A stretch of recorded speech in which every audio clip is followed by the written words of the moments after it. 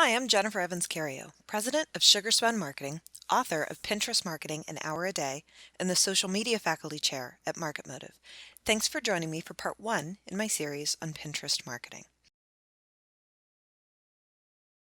If you're not familiar with Pinterest and sort of what it is and how it works, it's fairly easy to get the basic concept down pat. It's basically a web-based version of an inspiration board where you can collect ideas and references and pictures and information for things that you're interested in, things you might be researching, or things you might be preparing for. So if you remember, maybe your grandmother or your mother might have had manila envelope that sat in the junk drawer in her kitchen that had clipped out recipes or clipped out ideas for how she might want to decorate the house or make changes someplace. This basically takes that same concept of how we've always been tied to gathering information together, and it puts it into a socialized web-based environment where that sort of collection activity can be shared with other people that have similar interests and ideas. It's a place to take those pieces of content, those ideas that you spot online that say, hey, that's a really cool idea. I'd really like to do that. And to categorize it and save it in a visual environment, someplace that we're probably more likely to go back and connect with it. If you think about how bookmarking has traditionally worked in the world of the web, it's text-based. If you use the bookmarks or the favorites that are built into your browser, you tend to end up with big long lists and folders of just all sorts of text links that we really don't go back and end up using that much later down the line because a lot of times we don't take the time to customize those descriptions and it becomes kind of difficult to remember why we might have even put them in there in the first place. Now, with Pinterest, on the other hand, because everything has a visual context to it, there's a much higher level of recall. It's much easier to say, not just I'm looking for that corn fritter recipe, but here's the specific corn fritter recipe I'm looking at because I remember that image behind it. Or when you're looking for inspiration of what you might want to have as an outdoor project this year, or maybe you're looking for that infographic that had that data you needed for your presentation, it's much easier to go back in and find it visually than it is to go through, again, the traditional text-based bookmarks that most of us are used to working with. It's also a place to go for inspiration and to gather new ideas, not just to save the ideas that you found other places on the web, but to browse through specific topics and to spot those little pieces of information that you say, hey, this has value to me. I want to save that and categorize that as well, finding inspiration on those topics that you enjoy and that you're interested in. To that extent, it's made a lot of changes in the way that we do idea searching online. And in fact, we've even started to see a little bit of changes in the way Google and Bing start to present some of their information because of the influence that we see Pinterest having on how people search. So if you think about going to Google or going to Bing and running a search, say for Blackberry Cobbler, the results that you get back may have a couple ads here and there. They may have some images, but for the most part, they're going to be text-based descriptions that have maybe the added credibility of a website you recognize, but you don't really know what you're going to get on the other end until you click that link, go through to the site, and actually look on it.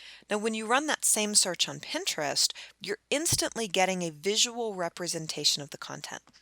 And if you're looking for a specific type of Blackberry cobbler, becomes a lot easier to take a look and say, oh, wow, that one sounds wonderful. But you're also reading curated descriptions that are added by human beings rather than the metadata or the relevant content off the page that's pulled by a search engine algorithm and plugged into that space. Now, Pinterest also makes it very easy for you to refine your search, as you can see across the top. Maybe you want an easy blackberry cobbler recipe, or maybe you want a blackberry cobbler recipe with oats. They can take the user data and the way the information is saved and collected within Pinterest and help you refine those searches further. So it also has a heavy impact, again, on the way that people are now doing discovery for different ideas and concepts. So it's important to be able to look at Pinterest in sort of the broader context of what we're used to with social media. So if, for example, Pinterest is one of the newer channels to you, but maybe you're familiar with Facebook because Facebook is sort of the behemoth of all things social media. Having a little bit of side-by-side comparison can be a helpful way to put Pinterest into perspective. So when we look at monthly usage data for the two sites. The average person spends about 7 hours a month on Facebook and about 90 minutes a month on Pinterest. Now, at its surface, that would seem like people are way more invested in Facebook than they are in Pinterest. And to an extent, that's true. Again, it has a higher usage rate, it has more frequent visit rate, but it's also important to understand the context of how we use these two sites. Because Facebook is a place that is a destination rather than a starting point. We go to Facebook to participate in conversations, to see what people are interested in and talking about, and to a great extent, to have that conversation and engagement on Facebook itself. Pinterest, on the other hand, is sort of a strange hybrid of, say, a search engine and a social media site because it's a starting point. It's the place that we go to either build our collection, to look at other people's collections, or for inspiration. So we're spending as much time off-site as we are on-site. Again, the same way that you might go to Google 20 times a day, but not spend more than 10 or 15 minutes total during the day on the site because you're using the site to get yourself to another location. So where Facebook becomes that place where you're engaging with your fans, Pinterest is the place where you're attracting your fans, researching them and what their likes and what their interests are. So again, Facebook is a place where we're going and we're trying to get people to stay and engage and interact with us and sort of spread things around. But with Pinterest, there's sort of an understanding that you're getting a touch point in front of them and you're getting an interest point in front of them, but ideally they're finding their way into your site, into your content. Again, it's a launch point rather than the actual engagement location. There's still a lot of misconceptions about the site, who uses it, how they use it, whether or not it's a good fit for a particular business or brand. So I want to clear up some of the misconceptions that a lot of marketers and a lot of business owners still have. A lot of people still look at Pinterest as sort of the way it originally launched, which was mostly about women either planning their wedding or ones who wish they were still planning their wedding because suddenly they had all these great ideas. There's a little bit of designers and foodies mixed in, and maybe some men, hiding in the very, very corners and edges of the Pinterest universe. But for the most part, Pinterest was originally all fashion, makeup, beauty, food, and home design. Now, we've seen a lot of changes in the demographics over the last couple of years. In fact, there really is sort of a new reality, and we're seeing a continued creep towards this new reality. So currently, nearly a third of Pinterest users are actually men. 71% are women, 29% are men. That accounts for about 13% of the male internet population now having a Pinterest account, whereas 42% of female internet users have an account. Now, when we look a little bit beyond sort of just the male-female demographic, the financial numbers, they're pretty good. 64%, nearly two-thirds of them make more than $50,000 a year, and a pretty good percentage of them also make more than $100,000 a year. Now, one of the areas that Pinterest does differ from some of the other channels like Twitter is that it's a very non-urban environment. So if we look at a channel like Twitter, we see a very high urban population, much higher adoption rates there. But with Pinterest, we see a lot more suburban and even way more rural than we see on some of the other channels. Again, it's just a different demographic that's checking in here. So it becomes a unique place to go and reach some of the people that you might have a more difficult time reaching on some of the other platforms and channels. 2014 was really a banner year for men on Pinterest, and we really, by the end of that year, saw a lot of very significant changes. They accounted for 33% of all the new signups coming in, and if you go outside of the United States, that's roughly 50% of the signups that are happening. So we saw 73% year-over-year growth in men registering for the site. I think women will probably always be the dominant demographic that's on the site, but I think we're going to continue to see the number of men increase a little bit more until we sort of reach a leveling off. Now, an important thing to note, again, when you think about how you're getting in front of your audience and whether or not it's a worthwhile place to check out, it's very important to realize more men now read Pinterest each month than Sports Illustrated and GQ combined. So again, we're getting really good depth of insight. Now, when we look at emerging markets, Korea, India, China, the numbers are even better. Men make up half of all users, not half of signups, not half of growth. It's literally a 50-50 split when we look at some of those emerging markets. So if you're doing a lot of international marketing, or if you're primarily focused in international marketing, it becomes even more important to look at Pinterest and how you might work it into your outreach efforts.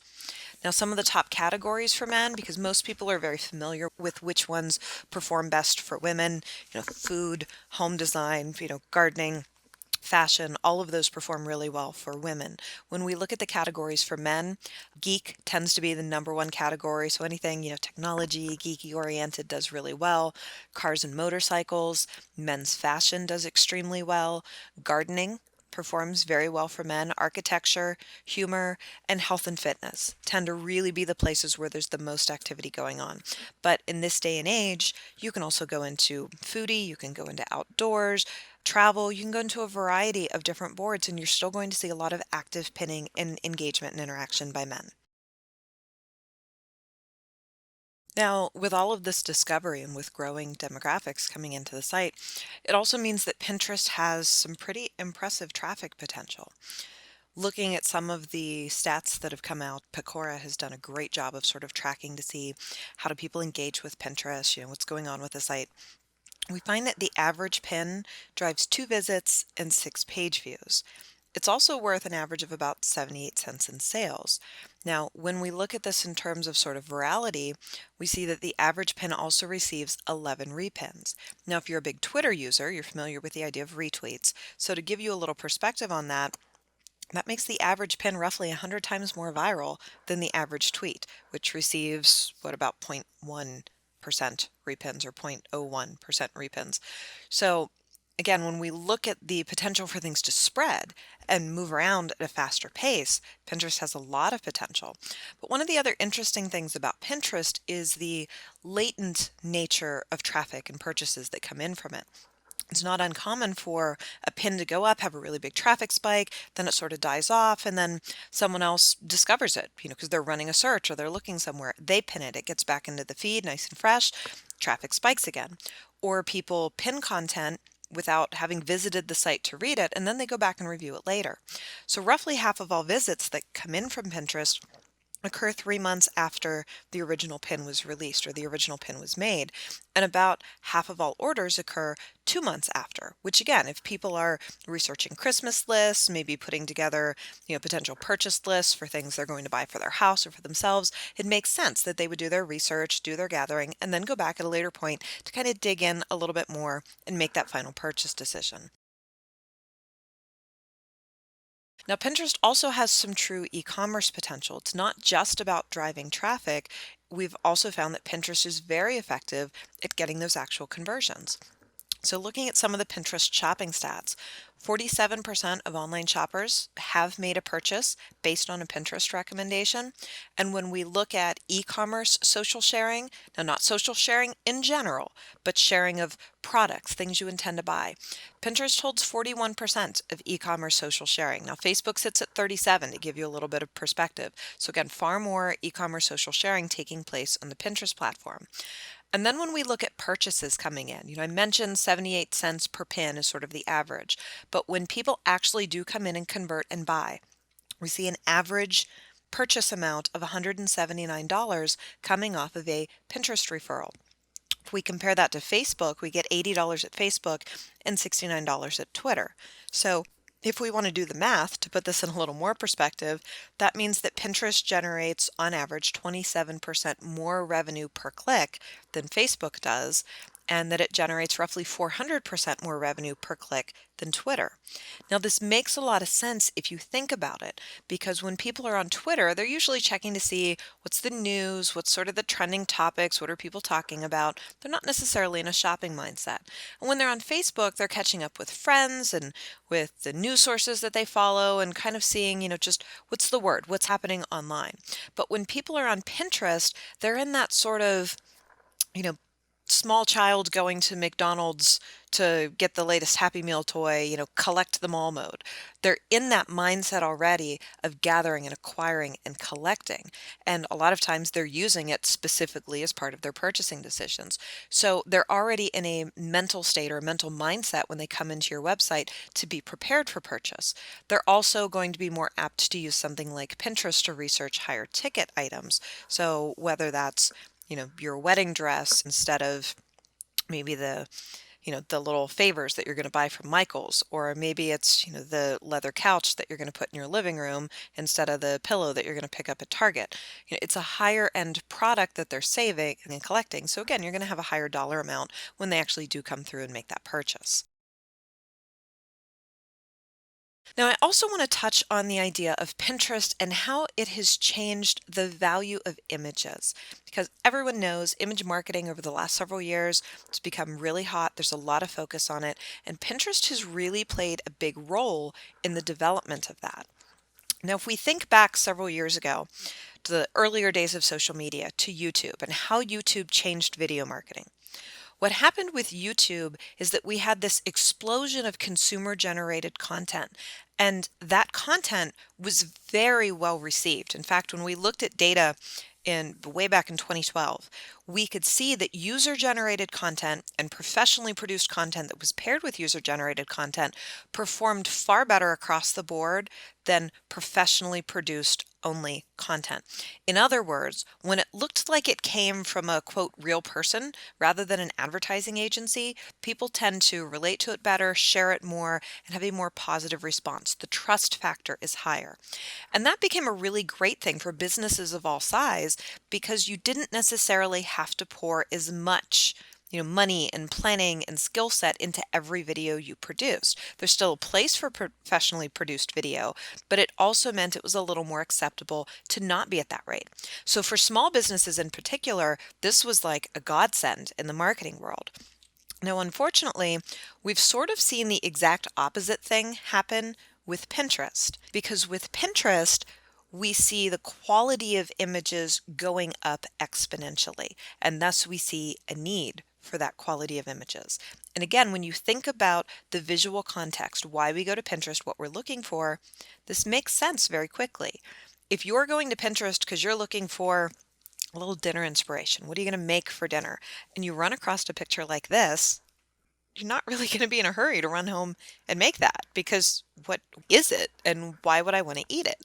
But when you pair the same recipe with a good quality image that lets you see, oh, well, that's an egg tart or it's a frittata. Okay, well, that looks a little better. That looks tastier. And this is what we're seeing happen with Pinterest is we're seeing all of these bloggers and all of these websites that are producing amazing content and amazing video. You take a site like Smitten Kitchen. She's operating out of a 42 square foot kitchen in New York City. She doesn't have staff. There's no production studio there. She's not a trained chef, but she puts up the recipes that she makes and she pairs it with gorgeous photos that she takes herself. And she's pulling in millions of page views every single week and probably a nice chunk in advertising revenue as well. But the same way that we saw sort of amateurs dramatically change the nature of video marketing by using more amateurish content, again, we've seen the exact opposite happen with images, because in an environment that you need things to be so visually stimulating to stand out on that Pinterest page, the best quality content is what's going to reign supreme. And as you have people who are willing to put the time and effort in and who are creating better content, that's upping the bar for everyone else. So what it has meant for a lot of brands, big and small, is that relying so heavily on stock photography like they used to in the past doesn't work so well anymore. Not when you're competing with really unique, original, relevant images that people are taking of what they're producing. They're putting up not just a blog post, but a blog post that has 20 amazing images to go with it. And so we've seen this sort of across the board level of expectation that no matter what size company you are, you need to learn how to properly operate a camera, how to put some good lighting in there, and to really get some great imagery. Again, enterprise or small business, it's irrelevant at this point. The quality of your pictures must go up on your website if you want to reap the benefits and the rewards that come from the increased traffic from a service like Pinterest. So before we get into the next couple sets of videos for this series, I really want to sort of go back and kind of summarize this idea of why Pinterest is worth looking at if you're not already marketing in it, or why you might want to put some consideration into some of the different ways you might be able to leverage it. Really, at its core, Pinterest is probably the strongest site online in the social media world, playing off the impact of imagery. Photos weigh incredibly heavily. They are the currency of Pinterest, but that allows for really fast concept digestion. So, unlike on a Twitter or unlike on a Facebook, where there's a lot of reading as you're scrolling through to figure out, is this something I'm interested in? We can react to and process images very quickly. So, having the opportunity to get your content into that environment gives you a much better chance to really capture someone's eyes and get them to stop and take the time to read the description and potentially click through to the site. There's also a really low barrier to entry. It rivals Twitter in terms of how quickly you can get in there and set things up. For a base level Pinterest account, even getting your website verified, you're looking at 5 to 10 minutes to set up. Now, if you're going to go a little heavier duty with things like rich pins, which we'll talk about a little later in this series, there's going to be a little bit more effort there. But it basically has a really simple interface with minimal management. There's not a lot to it that is going to take up a ton of time and effort management wise. There's also the ability to look at this as a chance for curation versus creation. And we're going to talk a little more in depth about that idea later in the series as well. But it basically gives you the opportunity to have a channel that you can play in without necessarily having to create all original content. There are some very successful and strategic ways to leverage Pinterest with other people's content rather than your own. And then finally, the ability to have content segmentation, which is another idea that we'll dig a little deeper into, gives you the chance to really target your consumers in a way that you can't do on any other social media channel. Because the idea that people can choose which areas of your content they want to follow, that allows you to curate much deeper into a topic than you would normally be able to.